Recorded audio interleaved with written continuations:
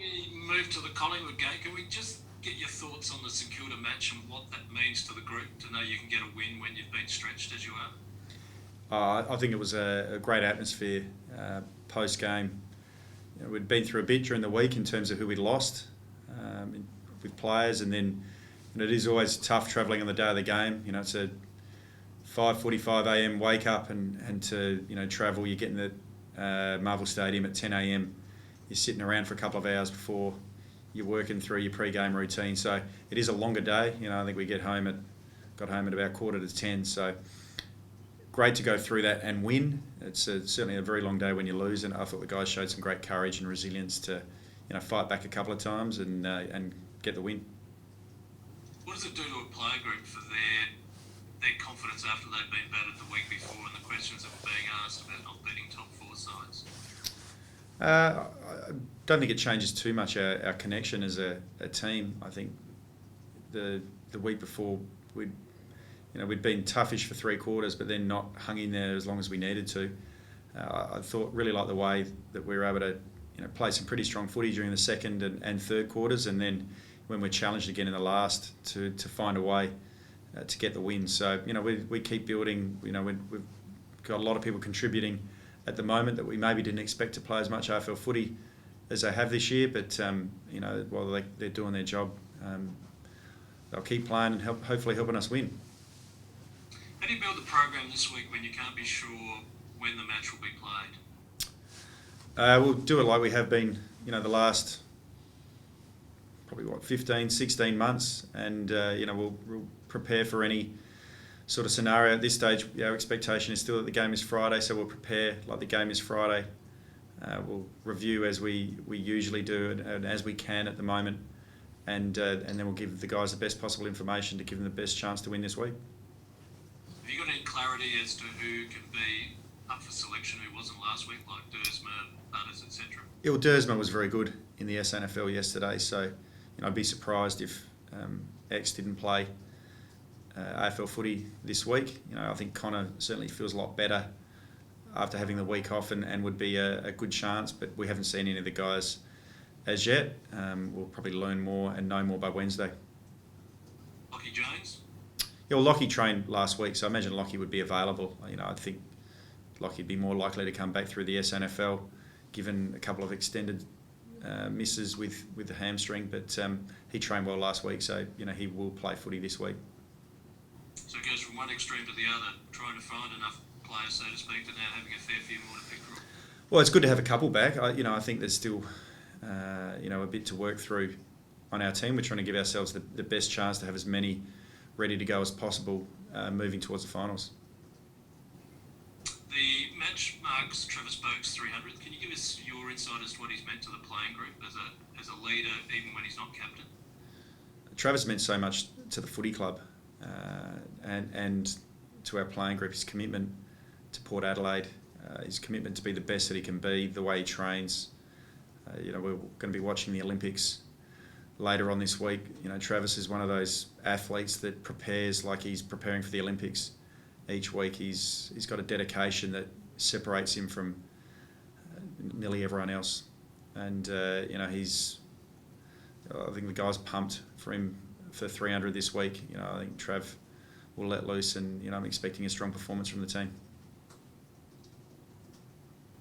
As forwards coach, who delighted you the most in a week when people were questioning if Paul could score enough to beat St Kilda? Was it Georgiades or was it Marshall for the little touches that became big moments? What delighted you in the end? I think George stood up and played a real adult's game of footy. He's got terrific talent.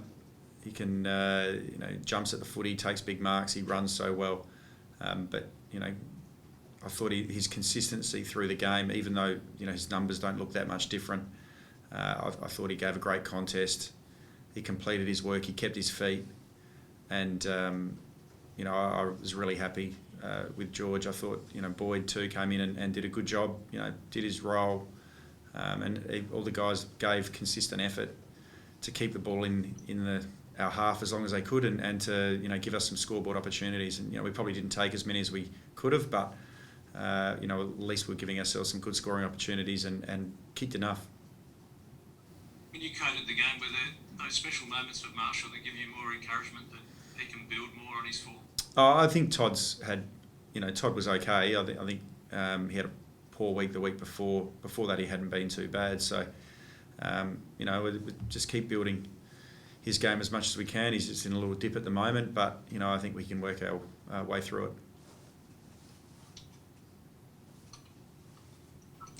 Bass Crouchy from Channel 9 here, mate. Just on some of those inclusions, just with, I suppose, what Dersman's gone through, how diligent has he been with his rehab, and I guess how pleasing is it to see him so close to getting back after a pretty long time out? Yeah, X is a hard worker. He asks plenty of questions because he wants to be the best that he can be, and I really liked his game. On the weekend, I thought he is playing more inside. I think he's his toughness in the contest and his ability to get from one contest to another's gives him gives us a chance for him to make us better as a footy team. So it's great that he's going to come back and hopefully contribute in our movement towards September. And just on Zach Butters as well, there was some talk he might come back in. Do you know where he sits at the moment? And I guess can we just get a little update on how he's travelling and the likelihood of him playing AFL? Yeah, Zach, injury wasn't as significant as what we first thought. So, he'd be a chance to play this week. I haven't seen him yet this week. So, when we see him, we'll know a bit more. And I suppose just getting him in, we've seen how good he can be, but it's obviously been a frustrating year. I guess in this run home, as you look to win a few more games, how important will it be to get him, I guess, back to his best, hopefully? Yeah, well, Rosie, Butters and Dersman wouldn't be bad ins this week, would they? So, we're happy to have them all in if they're available and fit enough to play. You had a bit of a small forward curse, Bass? A bit of a curse for all those small forwards? Yeah, we've talked a bit about probably being our point of difference at the start of the year. With Stephen Motlop and Robbie Gray, Orazio.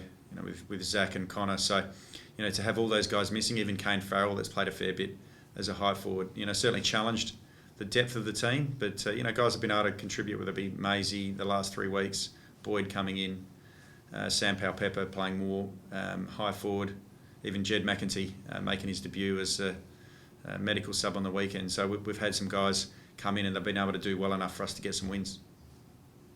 Sorry if you touched on it already. I missed the start of it. But did you give it an Orazio possibility? Orazio moved much better last week, so we're certainly expecting him to join full training this week.